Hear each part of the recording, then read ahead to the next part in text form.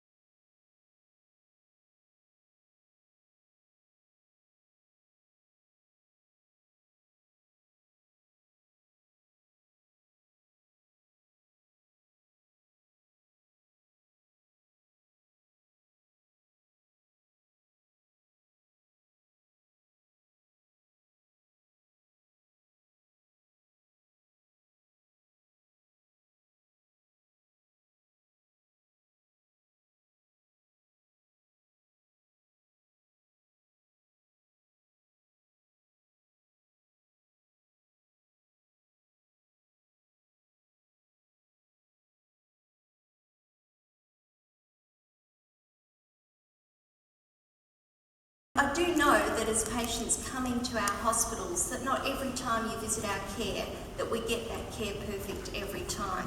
But what I do want to highlight now is some of the achievements that I would like to share with you from the last 12 months. When I started at the Trust about 18 months ago, one of my real priorities was to ensure that all 10,000 of our staff do have an opportunity to have their voice heard within our Trust. And our frontline staff are those that have the day-to-day contact with each of our patients and really do therefore know what sort of things we need to do as a Trust to continue to improve the care for our patients.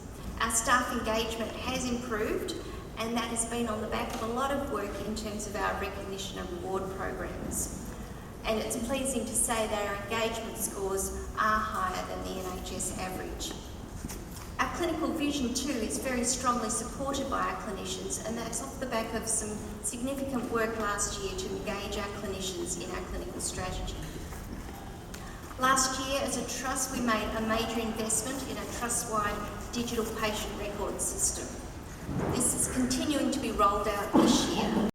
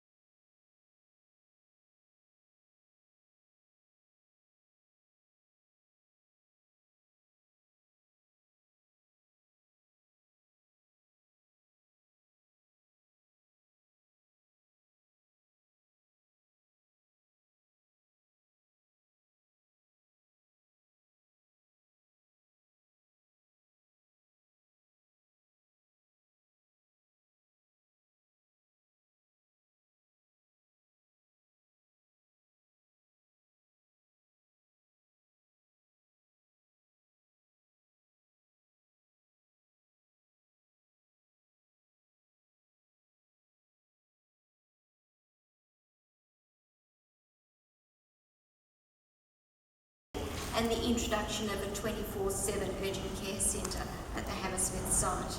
I know many of our local residents in the Hammersmith area were concerned about the closure of the Hammersmith Emergency Department, but I'm confident that the closure of that unit and the consolidation of those emergency services on our other two sites at St Mary's Hospital and at the Charing Cross Hospital now mean that our patients get access to specialist A&E consultants in a much more timely fashion than they were. Waiting times for some of our patients in A&E over the last 12 months has not met the 95% target, and I will talk a little bit more about that later on.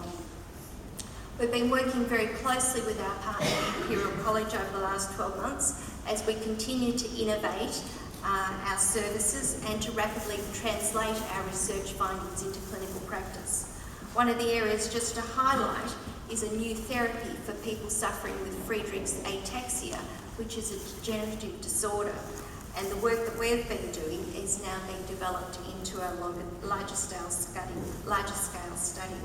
And many of you will have seen over the last couple of days in the paper, the Western Eye Hospital. I think we've been introducing the smallest implant in the world into people's eyes, and that implant is working to decrease the pressure in people's eyes, so people suffering from glaucoma, it's a real benefit in terms of their eyesight. Possibly the biggest milestone for the Trust over the last 12 months was the inspection we had from the Care Quality Commission. Overall, the CQC rated us as requires improvement. We were rated good for delivering caring services and for delivering effective services, but requires improvement for safe care, responsiveness and for being well led. There's no doubt that overall we were disappointed with the CQC rating of requires improvement, but I think we found as a Trust the process extremely constructive, and it really has set us a very clear framework in which to continue to improve the services that we provide. So it has acted for us as quite a positive challenge, and the action plan that we've developed in response to the CQC has been a really good launching pad for our new quality strategy. And the inspection, importantly, reinforced the direction that we were taking and many of the great works that we had already undertaken over the previous years. It's really important that we continue to focus on day-to-day performance at the Trust.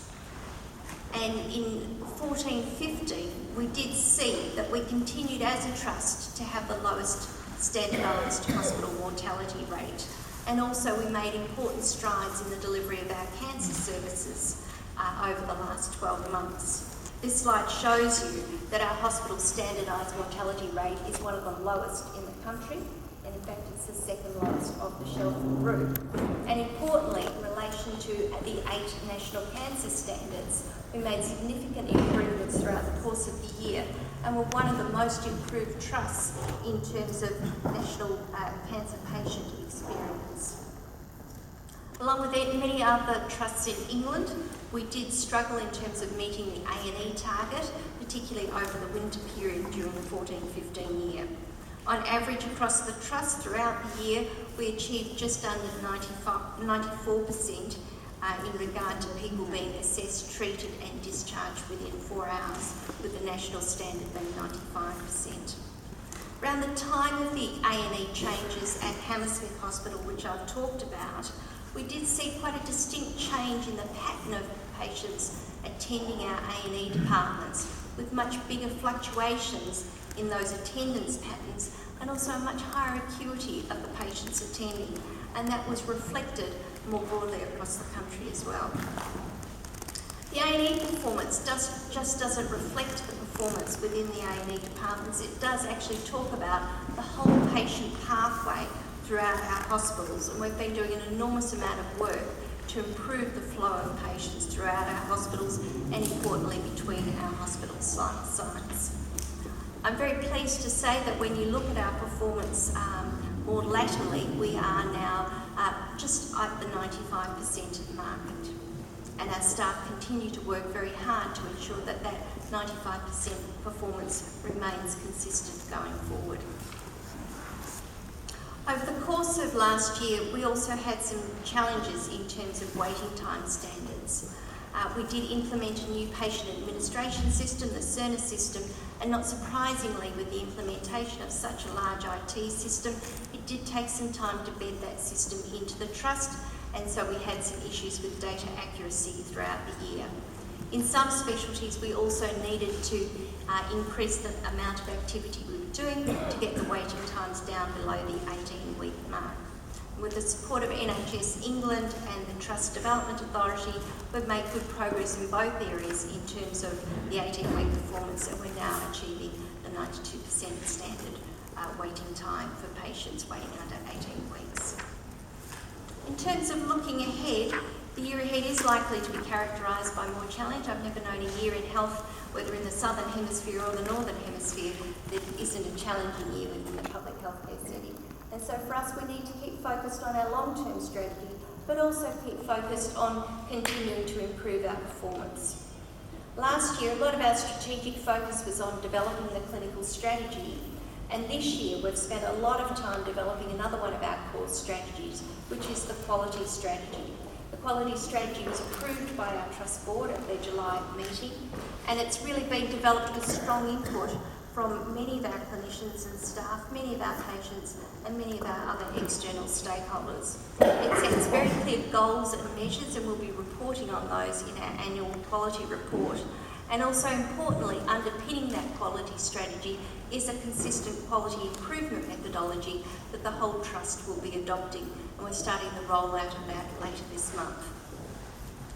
For us, we really want to encourage all of our staff to really lead some of those great patient-led projects, and we've seen some of those, for example, within our dementia area, where a group of our patients worked with a group of our staff worked with a group of our patients to say, how can we better support dementia patients within our Trust? And we've introduced what's called a carer passport. So if you have a loved one within one of our facilities, you can get one of these carer passports, which means you're not restricted to visiting hours, but you can come at any hour to provide that support and a familiar face to your loved one within one of our wards. Implementation of our core strategies, so our clinical strategy, our quality strategy and our financial strategy, is being supported by a refresh of the organisation values and behaviours. We've had a really major engagement program with our staff. About 2,000 staff have done face-to-face feedback with us on our values and behaviours, and about 6,000 staff across the Trust have gone into our website to look at our values and behaviours and give us feedback on what sort of organisation culture they want to see developed across the Trust. And those values and behaviours are also now in the process of being rolled out. Another one of our priorities this year is to increase the involvement of our patients, our GPs and our other stakeholders in our plans and in our decision-making processes. Whilst our Foundation Trust application is on hold, once we await our next CQC inspection, we're looking to achieve either a good or an outstanding performance. We'll be pressing ahead with continuing to engage with our membership. We did release a newsletter in the spring of this year, and there are tables at the back of the room, so if you would like to become a member of our Trust, we would encourage you to sign up this evening. So thank you all very much for being here this evening, and I look forward to continuing to work collaboratively with you all over the coming 12 months. Thank you.